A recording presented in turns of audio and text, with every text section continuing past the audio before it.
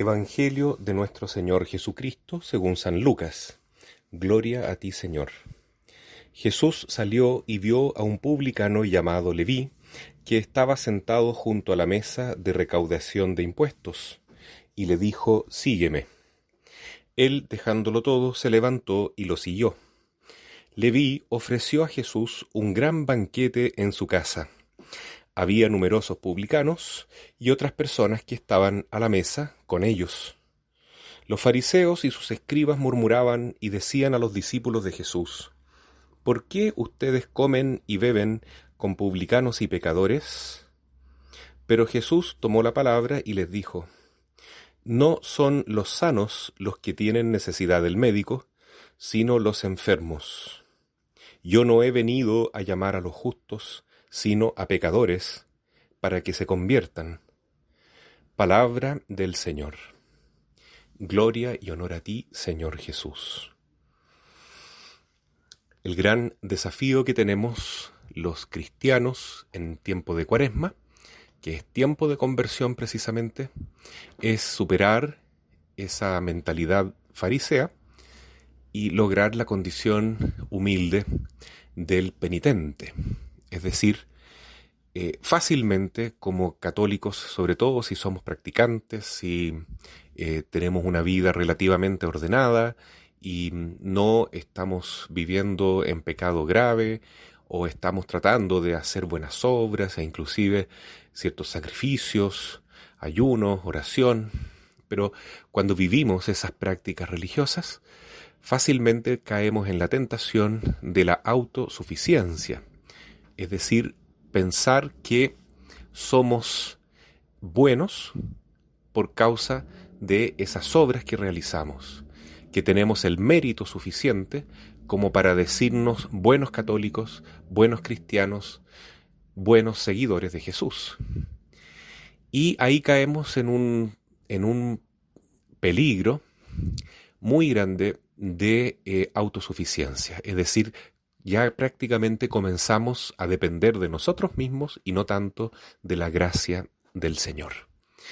Y es así que inconscientemente nos sentimos seguros en nuestras propias prácticas, en nuestra propia vida, que desde un punto de vista superficial o de apariencia para los demás, al menos, es una vida bastante ordenada, religiosa, tal vez no santa, pero una vida como buen católico. Entonces, el peligro está en convertirnos en lo que vivían los fariseos en aquella época. Convertirnos en personas que son pagadas de sí mismas y que ya no tienen necesidad de confiar en Dios, porque ya se sienten justos, santos, salvados. Y lo peor es que es una salvación de un estilo muy pelagiana, es decir, ¿quién era Pelagio? Alguien que decía que el hombre se salva con sus propios méritos, con su propia fuerza de voluntad. Mientras que la verdad es que el justo se salva por la fe, como dice San Pablo en la carta a los Romanos. En la lectura del Evangelio de hoy, Jesús llama a Mateo, le dice: «Sígueme», y Mateo, según la Escritura, en Lucas capítulo 5, es un cobrador de impuestos.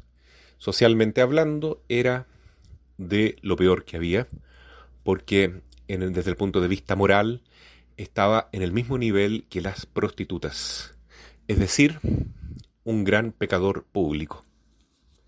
En una sociedad que era extremadamente religiosa o de prácticas religiosas, entonces era lo peor que había desde el punto de vista social, lo más despreciado y también excluido, de cierta manera. ¿Quién se iba a juntar con un fariseo? Pues bien, este hombre que se sentía realmente pecador, porque sabía que estaba haciendo cosas injustas también, se ve de repente con esta gran sorpresa, que Jesús se fija en él, lo mira con amor, confía en él y lo llama, le dice: «Sígueme».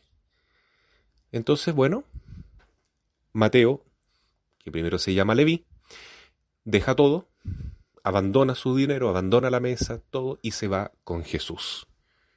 Ya nada le importa de su vida anterior nada le importa de su mala fama, nada le importa de su conciencia de pecado, incluso porque la misericordia de Cristo lo ha abrumado completamente, lo ha llenado y le ha cambiado la vida. Lleno de gozo, él invita al Señor para una fiesta, ¿no? Porque esto hay que celebrarlo. Y como el pobre cobrador de impuestos no tenía más amigos que otros cobradores de impuestos, entonces Jesús se vio en medio de una fiesta rodeado de pecadores. ¿Qué pasó? Los fariseos, los hombres religiosos de la época, miraron esto con desdén y dicen: este es un gran pecador, porque dime con quién andas y te diré quién eres. Es un pecador porque convive con otros pecadores. Jesús, en cambio, dice: no, no es así. Yo he venido a salvar a los pecadores que buscan conversión, porque no son los sanos los que necesitan médicos, sino que los enfermos. Entonces aquí está el gran desafío que tenemos como católicos, como cristianos: nunca sentirnos seguros, nunca sentirnos autosuficientes, y ojalá pedir la gracia de un espíritu permanente de conversión, de darnos cuenta, de ver que realmente somos pecadores, estamos enfermos, estamos muy lejos de vivir según la voluntad de Dios, de encarnar la voluntad del Señor en nuestra vida, y por tanto realmente estamos muy necesitados de la salvación de Jesús.